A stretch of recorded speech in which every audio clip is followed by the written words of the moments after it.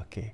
Assalamualaikum warahmatullahi taala wabarakatuh. Selamat sejahtera, selamat malam. Salam reformasi, salam perjuangan saya ucapkan kepada rakan-rakan yang menonton saya pada malam ini di YouTube, Facebook dan juga yang menonton saya di TikTok. Terima kasih kerana terus bersama dengan saya.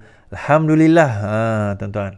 Banyak cerita, banyak kisah yang kita nak bawakan, tetapi cerita dan kisah ini tidaklah sebagaimana menariknya cerita yang terkini inilah kan, apa yang berlaku dalam negara kita. 2-3 malam ni saya sentuh dan mengenai isu ini, saya sentuh mengenai perkara ini.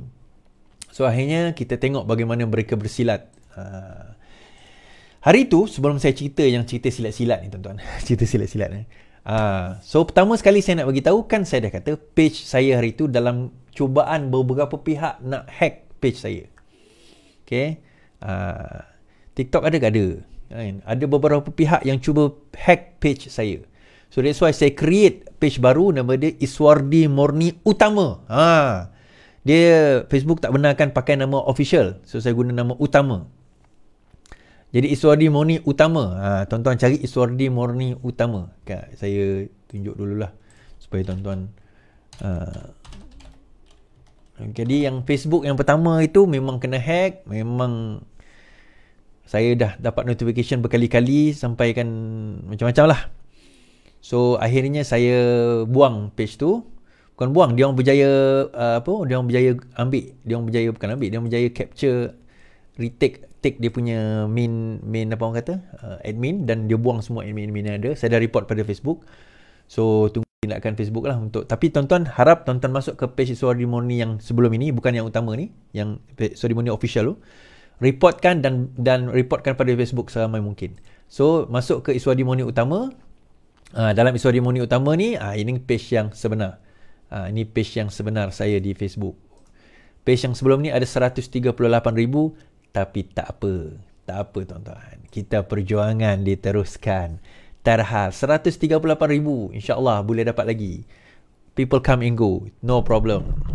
Saya memang, kita buat page baru, dia nak pergi serang kita kot situ, kita masuk kot lain. Dia serang kita kot situ, kita masuk kot lain. Macam-macam taktik dia ada. Dia nak ambil page tu, silakan. Yang penting Iswardi Morni Utama itu adalah page yang utama sekarang ini. Like, subscribe, share, tolong, mohon siapa yang ada dekat YouTube, yang ada dekat TikTok, masuk ke Iswardi Morni Utama. Ada gambar saya berdiri, utama. Iswardi Morni Official dah kena hack. Official dah kena hack. Tinggal yang utama saja. Terima kasih. Jadi tolong war-warkan kepada rakan jiran, makcik, pakcik, saudara mara apa semua yang itu sudah kena hack. Yang Iswardi Morni Official sudah kena hack. Yang betul Iswardi Morni Utama. Saya dah tak boleh ada administration. Memang dia gila-gila punya hack. Dah serangan tu banyak kali. That's why saya buat page yang kedua ni. Lama dah saya buat page ni kedua ni, 2 minggu lepas dah. Sebab bermula serangan tu banyak kali. Saya dah ubah authentication, saya dah buat macam mana. Memang dia macam-macam kaedah dia guna tuan-tuan. Link dan sebagainya. Tapi tak apalah, saya dah ada tahu dah macam mana cara nak pastikan. So kita ada YouTube kita ada page kita ada pelbagai ni. Alright, kita bercerita malam ni berkenaan dengan beberapa berita. Okay, beberapa berita. Menarik. Kalau kita nak cerita tentang benda ni, kita bercerita tentang ni lah tuan dulu.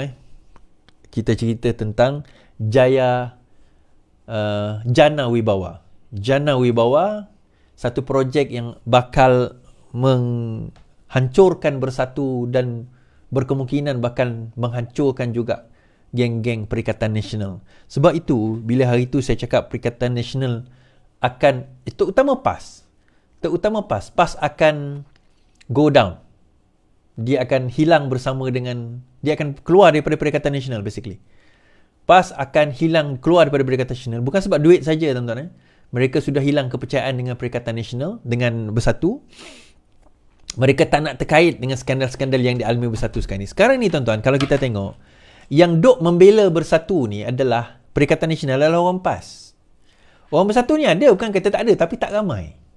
Kalau kita tengok walaun macam-macam yang komen kat bawah tu, kebanyakan adalah orang PAS. Orang Bersatu ni sebenarnya dia tak ramai. Dia ada tapi dia tak ramai. Dia ada pimpinan-pimpinan. Tapi daripada segi orang kata apa, daripada segi jentera dia tak ramai. Yang ramai, yang komen kat bawah adalah orang PAS. Tetapi yang banyak ke atas, yang tunjuk muka, orang bersatu. Kita ada beberapa lah influencer, so-called influencer dekat dalam TikTok ni, mereka orang bersatu. Tetapi kalau kita tengok yang banyak komen, orang PAS. Nanti kita tengok nanti. Tapi sebelum tu tolonglah share dan like. Kita bagi FYP malam ni. Saya nak cerita ni. Macam mana ni kalau tak sampai 100, kita like pun sikit-sikit je. Macam mana kita nak share ni? Memanglah pukul 1 pagi dah ni, saya faham. Okey, tak apa. Nanti kemudian orang boleh tengok kan. Okey. Alright. Dia macam ni tuan-tuan. Saya mulakan projek Jana Wibawa ni. Okey. Projek Jana Wibawa ni macam mana sebenarnya asal dia? Asal Jana Wibawa ini adalah satu projek yang kejap kalau if I may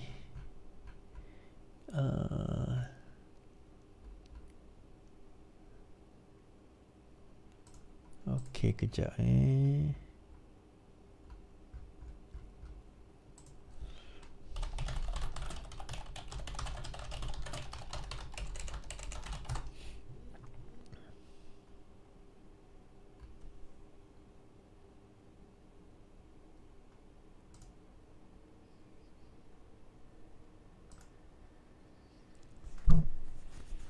Okay. Alright, kita mula Projek Jana Wibawa ini adalah satu projek inisiatif di bawah kerajaan Muhyiddin Yassin. Atas tujuan apa? Apabila masa PKP hari itu, masa MCO, banyak kontraktor yang terkesan, terutama dari segi projek. Mereka tidak dapat menjalankan projek-projek sewaktu PKP. Itu kita faham. Okay, itu tak ada masalah. Maka diwujudkanlah projek Jana Wibawa ini. Asal tujuannya adalah membantu kontraktor-kontraktor Bumi Putera Melayu bagi mendapatkan projek-projek sewaktu kerajaan Perikatan Nasional ini berkuasa. Okay, itu asal agenda. Kita tak ada isu, tak ada masalah. It's a good effort. Dan diluluskan oleh kabinet dan sebagainya. So pada masa itu, ideanya sedemikian. So apabila mereka kita keluar daripada COVID, kita boleh, mereka, terutama kontraktor-kontraktor ini boleh hidup lah, senang cerita. Again, kita tak ada isu dan masalah dengan perkara tersebut. Namun begitu, what happened? What happened, tuan-tuan? Okay, kita tengok what happened. Apa kata pengurusi, pengurusi kontraktor tersebut. Projek Jana Wibawa diberi rundingan terus terpilih kepada kontraktor mesra parti tertentu, PKMM. Persatuan Kontraktor Melayu Malaysia, PKMM, bersedia untuk membantu Suruhanjaya Penjagaan Rasuah dalam siasatan berkaitan projek Jana Ekonomi Permekasaan Kontraktor Bumi Putera Berwibawa, Jana Wibawa. Presiden PKMM Datuk Seri Muhammad Fadzil Hasan berkata, bagaimanapun setakat ini persatuan itu tidak dipanggil atau dihubungi mengenai projek Jana Wibawa. Buat masa ini, beliau dimaklumkan tidak ada ahli PKMM terbabit dalam projek itu. Bermaksud ahli yang dikatakan, projek yang dikatakan untuk Bumi Putera itu tidak terbabit pun dalam projek itu. Namun pihak bersedia untuk memberi kerjasama membantu siasatan berkenaan. Saya mengesahkan persatuan memang ada sedia maklum mengenai projek Jana Wibawa. Malah pernah membangkitkan isu ini kepada bekas Perdana Menteri Datuk Seri Ismail Sabri Yaakob yang menyatakan komitmen untuk menyiasatnya. Projek Jana Wibawa diberikan kepada secara tender runding terus dan tender terpilih untuk mana yang diberikan kepada kontraktor mesra parti tertentu, katanya. Sebelum ini Timbalan Perdana Menteri Dr. Ahmad Zahid Hamidi dilaporkan berkata Kementerian Keuangan mengarahkan pelaksanaan projek Jana Wibawa ditangguh untuk meneliti semula sama ada tata cara projek mengikut peraturan ditetapkan. Ahmad Zahid juga Menteri Kemajuan Desa berkata penangguhan projek bernilai 5.7 bilion itu dibuat kerana terdapat unsur perolehan secara tender terpilih ataupun rundingan terus. Okey, yang ini Jana Wibawa ini adalah projek untuk membantu kontraktor Bumi Putera Malaysia. Itu yang pertama yang kita kena tengok. Namun begitu, pengurusi kepada kontraktor Bumi Putera Malaysia, kalau kita tengok pengurusi Persatuan Kontraktor Melayu Malaysia, mengatakan bahawa satu projek itu diberikan kepada golongan yang terlibat dengan parti tertentu. Kedua, dia kata saya mengesahkan persatuan memang sedia maklum mengenai projek, malah pernah membangkitkan isu ini kepada Perdana Menteri yang menyatakan komitmen menyiasat. Maksudnya, Persatuan pun dah tahu bahawa ada projek-projek dan kontrak itu sepatutnya membantu dan juga dibagi kepada kontraktor-kontraktor Melayu itu tak sampai kepada kontraktor Melayu. Dan malahnya tiada ahli PKM terbabit projek itu. Bayangkan Persatuan Kontraktor Melayu, ahli dia tak ada pun dapat projek. Bayangkan sampai macam tu tuan-tuan. Projek untuk bagi kepada kontraktor Bumiputera Melayu, tetapi Presiden Persatuan mengatakan ahli dia tak ada pun yang dapat projek. Malah dia pernah menyuarakan perkara tersebut kepada Ismail Sabri. Dan Ismail Sabri sendiri kata, oh saya akan siasat. Saya akan siasat perkara ini. Okey, itu background dia. Daripada perkara tersebut, Muhyiddin Yassin dipanggil. Now, kenapa Muhyiddin Yassin dipanggil tuan-tuan? Dia bukan isu dengan kontrak itu, tetapi berkaitan dengan bagaimana Bersatu boleh mendapat dana lebih 250 juta. Dalam tempoh 2 tahun mereka berkuasa, mereka boleh mendapat dana daripada daripada tajaan. Tajaan ditulis sini sebagai tajaan. Penajaan dan derma. Penajaan dan derma bernilai lebih 250 juta dalam tempoh 2 tahun. 2020, 2021. Parti ni baru tubuh 2017 tuan-tuan. Dalam masa 3 tahun, dia dapat dana 250 juta ke atas. Sewaktu mereka menjadi kerajaan, sewaktu COVID, sewaktu berlakunya Jana Wibawa ini. Kenapa saya nak bawa semua ini falls into its places, tuan-tuan? Saya nak cerita semua ni sebab supaya tuan-tuan dan puan-puan nampak bagaimana jalan cerita yang saya bawa sepanjang hari ini. Sepanjang minggu ini. Faham tak? Ini adalah account. Kalau orang kata saya tipu, ini account audited account Bersatu. Yang saya boleh nampak, boleh lihat sendiri. Tuan-tuan boleh download, cari sendiri. Kalau tuan-tuan tak jumpa, nanti saya letak link lah. Saya kata itu nak letak link, tapi tak apalah, saya letak dekat Facebook, dekat page saya. Siapa berminat, boleh masuk situ. Download. Nanti saya letak, malam ni saya letak. Poinnya adalah, maka beliau dipanggil. Sewaktu dia dipanggil, lepas dia dipanggil semua dah disiasat sebagainya, Muhyiddin kata apa? Oh, saya sebenarnya bukan suspek. Saya bukan suspek. Tapi esok harinya, sumber daripada SPRM, saya tahu sumber itu daripada mana, tiba-tiba mengatakan Muhyiddin antara suspek. Muhyiddin antara suspek siasatan ketika dipanggil beri keterangan SPRM. Suruhanjaya Pencegahan Rasuah hari ini mengesahkan bekas Perdana Menteri Tan Sri Muhyiddin Yassin antara suspek yang disiasat bagi projek Jana Wibawa. Sumber SPRM berkata dalam siasatan, Muhyiddin adalah suspek siasatan ketika beliau dipanggil memberi keterangan di SPRM. Menurut sumber, selaku suspek Muhyiddin tidak sepatutnya memberi ulasan berunsur spekulasi kerana perkara itu boleh dianggap mengganggu siasatan SPRM. Siasatan juga sedang dijalankan terhadap beberapa individu termasuk bekas Menteri Keuangan iaitu Zafrul. So, bila Muhyiddin Yassin kata, saya bukan suspek. Tak, kan saya dah kata. Selagi mana tidak ada pertuduhan, dan even dah ada pertuduhan pun, bukan bermakna anda tidak boleh dituduh. Itu yang pertama. Kita dah jelas mengenai perkara tersebut. Jadi akhirnya, hari ini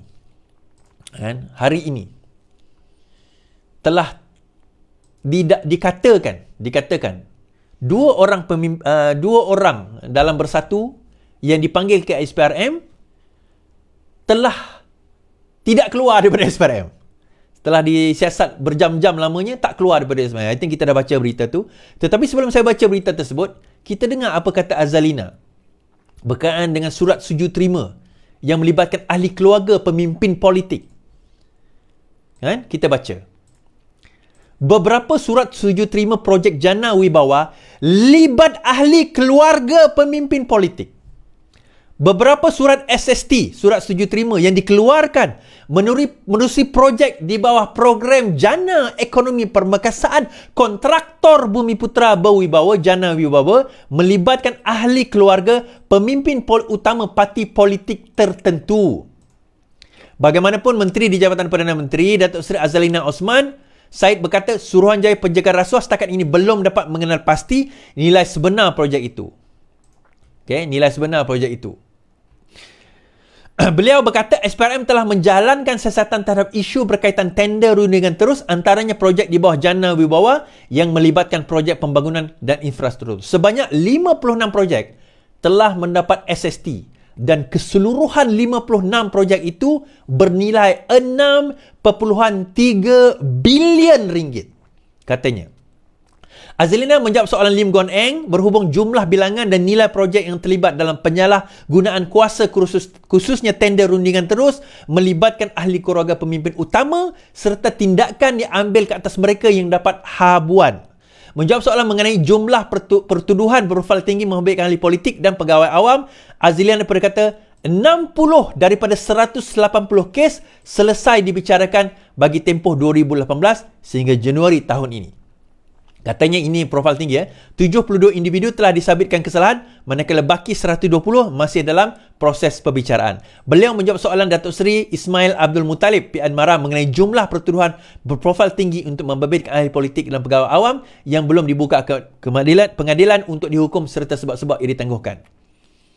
Azlina juga bercadang kerajaan bercadang untuk mengadakan sesi libat urus berkaitan rang undang-undang dana politik untuk mendapatkan maklum balas gabungan parti politik serta pihak berkepentingan supaya sebarang rang undang-undang yang bakal dibentang kepada Jemaah Menteri adalah inklusif dan komprehensif.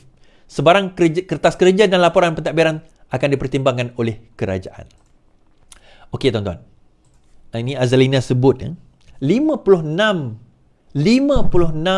projek sudah pun menerima surat setuju terima SST dan melibatkan keluarga kepada golongan tertentu. Ini yang Datuk Seri Anwar Ibrahim sebut hari itu.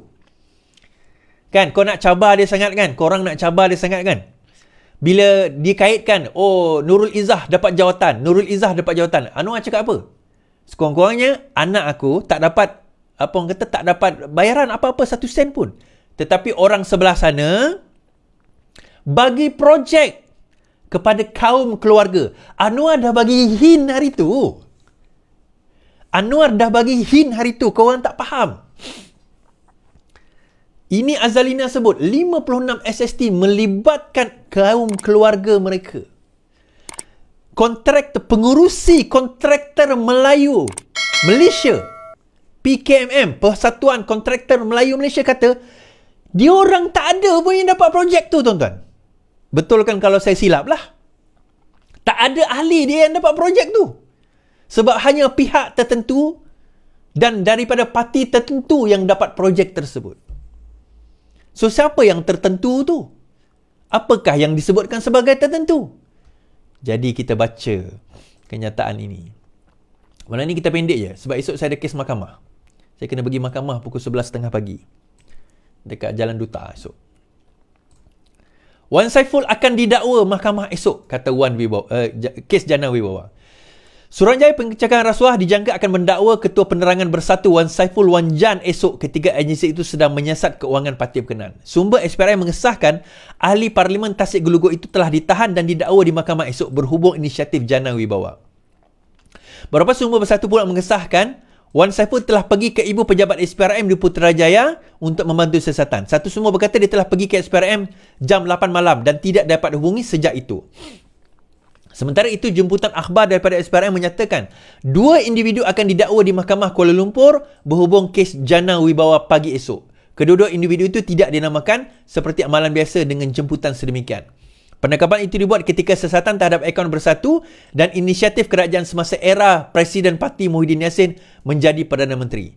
SPRM telah pun membekukan akaun bersatu dan menyoal Muhyiddin pada 16 Februari selama beberapa jam berhubung Jana Wibawa. Kemudian Menteri Keuangan Zafrul yang kini Menteri Perdagangan Antarabangsa dan Industri dikatakan juga dipanggil oleh SPRM. Program Jana Wibawa atau Program Jana Ekonomi Pemersaan Kontraktor Bumiputera Berwibawa diperkenalkan untuk mempercepatkan pelaksanaan projek dan memacu pemulihan ekonomi negara pasca COVID-19. Esok-esok akan didakwa dengan kabarnya lah. Soalan kita lah tuan-tuan. Soalan kita. Sebelum ni, hoi. Kluster mahkamah. Okay? Tak ada bersalah lagi Zahid dan beberapa pimpinan UMNO tak bersalah lagi. Tapi dikatakan sebagai kluster mahkamah. Kita nak tanya bersatu sekarang ni atau Perikatan Nasional, Adakah selepas ini mereka akan gantung sementara Wan Saiful Wan Jan? Pecat tu tak mungkin lah. Kalau pecat nanti lompat parti. Tapi gantung, tuan-tuan. Kerana di kluster mahkamah. Kalau betul dia didakwa esok lah. Tapi dia tak bersalah lagi. Exactly, that's my point. Dia tak bersalah lagi, betul. Tapi sekarang ni yang tu sebelah sana tak bersalah lagi. So macam mana? Takkan double standard kot. Orang kau tak ada masalah. Saya tak ada isu. Wan Saiful tak bersalah lagi. Betul, saya setuju. Tapi dalam masa yang sama, kena bagi tahu UMNO pun tak bersalah lagi. Mana yang tak bersalah? Najib dah bersalah dah masuk jail. Kenapa kita mempertikaikan pelantikan TPM? Sedangkan dia tak bersalah. Kalau nak guna standard yang sama lah. Standard saya mudah. Anwar Ibrahim nak lantik Zahid, lantik. Cuma kalau dia dapati bersalah, kena review. So kalau itu standard, tapi standard bagi orang Perikatan Nasional, pertikaian nasional dia rendah. Dia kata tak boleh. Kluster mahkamah. Therefore tak boleh dia lantik jawatan. So Wan Saiful Wan Jan sekarang ini kena gantung lah jadi ahli. Dia ahli parlimen, Tasik Gelugur. So adakah dia kena gantung sebagai ahli kerana dia adalah kluster mahkamah? Oh, tak adil lah Is. Exactly, that's my point. Memang tak adil bagi saya, memang tak adil. Kluster mahkamah baru didakwa, belum didapati bersalah. Saya setuju. Tetapi if you were to use that principle, that rules against UMNO, you have to use the same principle and the same rules against your own member. Jangan ada dualism. Jangan yang sebelah sana kluster mahkamah, oh yang sebelah sini belum didapati bersalah. Still kluster mahkamah juga. Betul, setuju.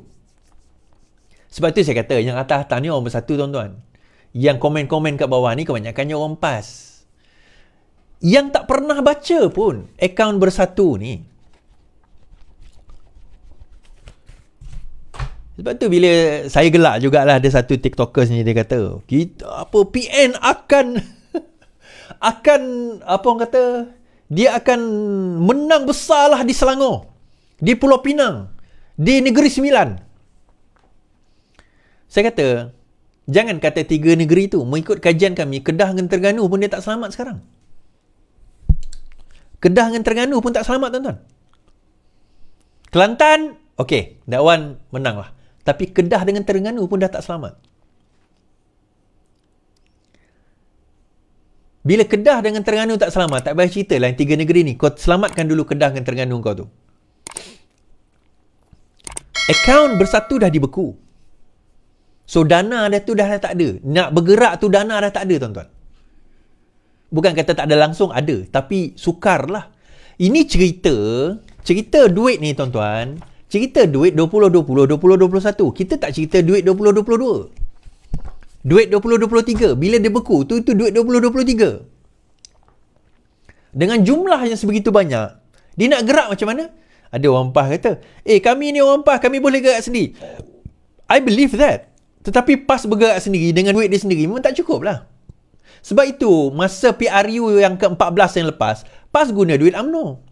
PRU ke-15, PAS guna duit bersatu. Bukan saya kata PAS ni tak ada duit langsung, ada. Tetapi dia tak mampu untuk nak gerakkan jentera dia kalau tak ada bantuan daripada yang luar ni. Kenapa benda ni berlaku? Saya cerita, tuan-tuan. Saya dah cakap benda ni, saya dah bagi tahu lagi. What happened is, Bersatu tahu musuh utama dia adalah UMNO. Dan UMNO ni adalah parti yang banyak duit, banyak dana. So mereka perlukan dana untuk menghadapi pilihan raya ke-15. Punyalah confident mereka menang PRU ke-15, tuan-tuan. Pada 2021, dia membelanjakan 7 juta untuk iklan sahaja. 7 juta untuk iklan sahaja. Pergerakan parti 100 juta 2020-2021. Pergerakan parti Bersatu untuk 2 tahun 2020-2021, bukan 2022, lebih 100 juta. Untuk barang keahlian saja, 50 juta. Barang keahlian saja 50 juta, tuan-tuan. So macam mana? Kenapa? Kita dah spend. Dia punya TikTok tu punya, apa orang kata, dibayar iklan dan sebagainya. Budak-budak dia dibayar untuk social media dan sebagainya. Tak payah cerita lah. Kita tengok the last few days sebelum PRU tu, Dia bantai gila-gila je kita. Kalau buka PN, scroll PN, semua media. Dia belanja jutaan ringgit. Itu yang 7 juta tu yang 2021. Saya tak tahu 2022 lah. I bet it's gonna be more. Takkan kurang kot. So soalan dia dana tu datang daripada mana? Oh, kami ada kontraktor yang baik hati. Kau cerita ni macam aku baru semalam masuk politik. Kau cerita ni macam kita baru semalam baru politik. Kalau kau pembangkang, tak apalah juga. Kontraktor tu baik hati bagi kau macam kami. Bila kau kerajaan, tiba-tiba ada satu projek melibatkan dana bilion, puluhan bilion ringgit. Dan tiba-tiba, secara tiba-tiba, duit kau berjuta. Secara tiba-tiba, akaun dia beratus juta tu. Beratus. Bukan berjuta, beratus juta. Secara tiba-tiba.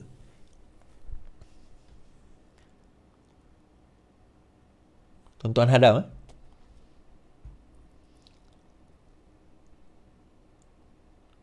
So sekarang ni saya nak tanya, adakah Wan Saiful Wanjan akan digantung?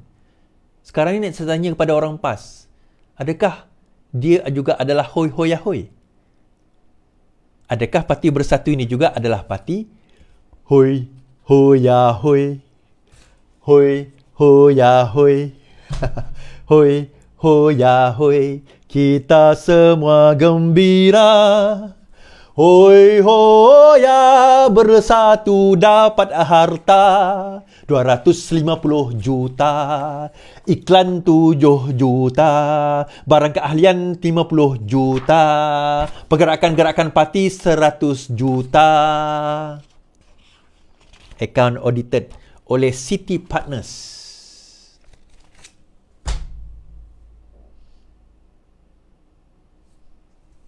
Kita ada akal, ada otak, lu fikirlah sendiri. Okay, terima kasih saya ucapkan yang menonton saya. Seperti saya kata tadi bahawa page saya Iswardi Morning Official sudah officially kena hack. So kalau ada pelik-pelik tu tolong report saja. Saya tak ada akses kepada page tu, semua dah di take over. So saya beberapa minggu lepas sebenarnya dia dah bermula serangan tersebut. So sebab tu saya dah buat page baru. Ada orang tanya kenapa buat page baru. So sekarang saya buat page baru. Nama dia adalah Iswardi Morni Utama. Bukan tuan yang utama lagi. Iswardi Morni Utama. Tuan-tuan boleh masuk di situ dan like beramai-ramai, share beramai-ramai. Kita akan live dekat sini insya-Allah. So saya dah cerita apa yang patut saya ceritakan. Tolong share beramai-ramai. Saya dah cerita apa yang sepatutnya ceritakan. Tuan-tuan nampak, ambil pengajaran. Dan tak habis lagi. Jangan pergi dulu. Tak habis lagi. 2 orang kena tahan, tuan-tuan. Satu Wan Saiful Wanjan. Seorang lagi siapa? Ada beberapa nama lah yang disebut.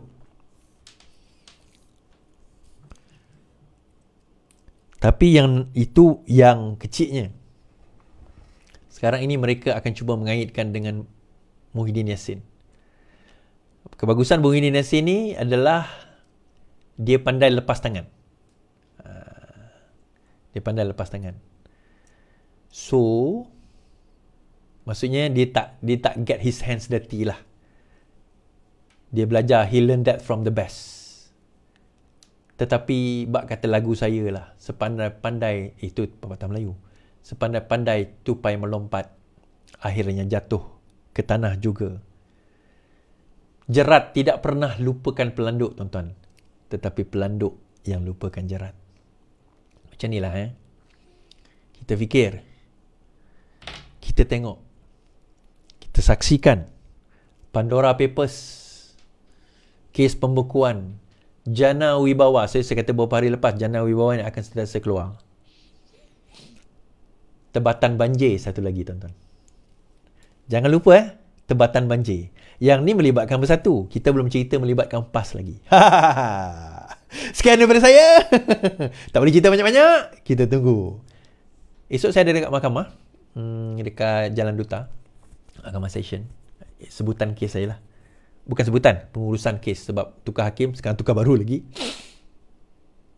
Kita teruskan perjuangan. dia nak hack page kita, kita buka page baru. Jangan pernah putus asa dalam hidup. Yang penting, lawan, tetap lawan. Assalamualaikum.